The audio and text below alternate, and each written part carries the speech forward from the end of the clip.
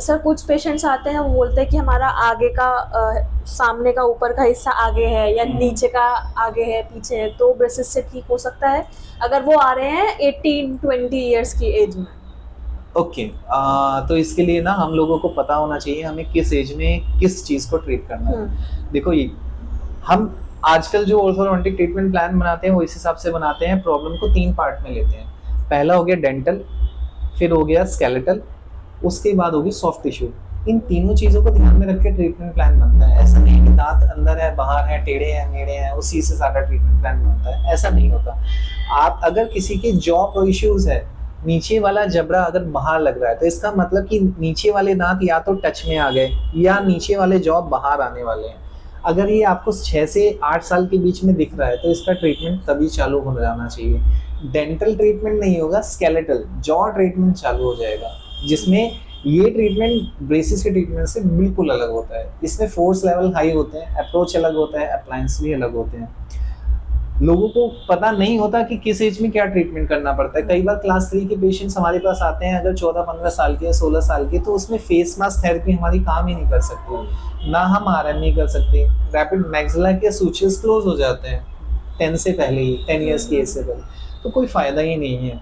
तो फिर dental correction ज़्यादा होती है, स्केलेटल नहीं हो पाती। एंड स्केलेटल को हमारी फॉलो करती है सॉफ्ट टिश्यू।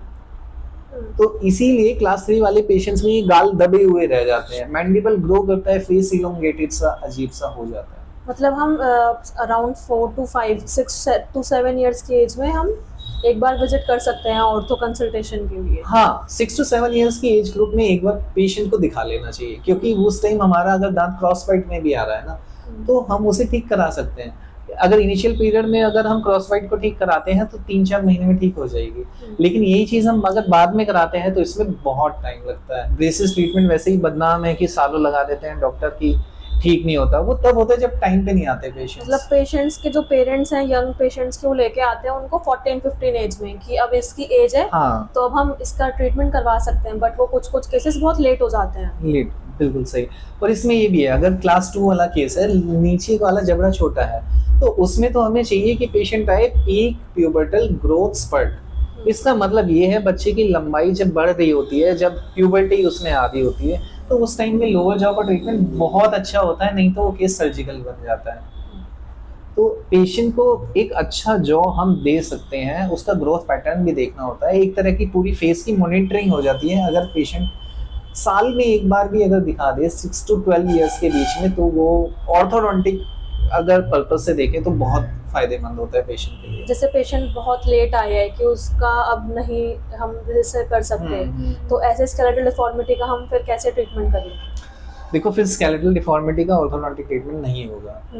जो अच्छे डॉक्टर हैं वो स्केलेटल प्रॉब्लम के लिए खुद मना कर देंगे, वो नहीं करेंगे, उसे टच ही नहीं करेंगे अनटिल अनलेस ऑर्थोग्नैथिक सर्जन के साथ या किसी ओरल सर्जन के साथ वो केस डिस्कस ना हो जाए। ऑर्थोडोंटिकली फिर वो चाहते हैं हम लोगों से कि हम डेंटल डीकम्पेंसेशन करें। इस चीज़ का मतलब ये होता है कि अगर हमें स्केलेटल मालअक्लूजन है, क्लास 2 बहुत ज़्यादा है या क्लास 3 है, इसमें दांत भी कंपेंसेटेड होते हैं, अपनी सही जगह पे नहीं होते, तो ऑर्थोडोंटिस्ट क्या होता है, डीकम्पेंसेशन, दांतों को सही जगह पे एक प्लान्ड पोजीशन पे लाके छोड़ देता है, ताकि हम जॉ सर्जरी करें तो वो सही पोजीशन पे दांत ऑटोमेटिकली जॉ के साथ पहुंच जाए। तो इसलिए उनका रोल आता है।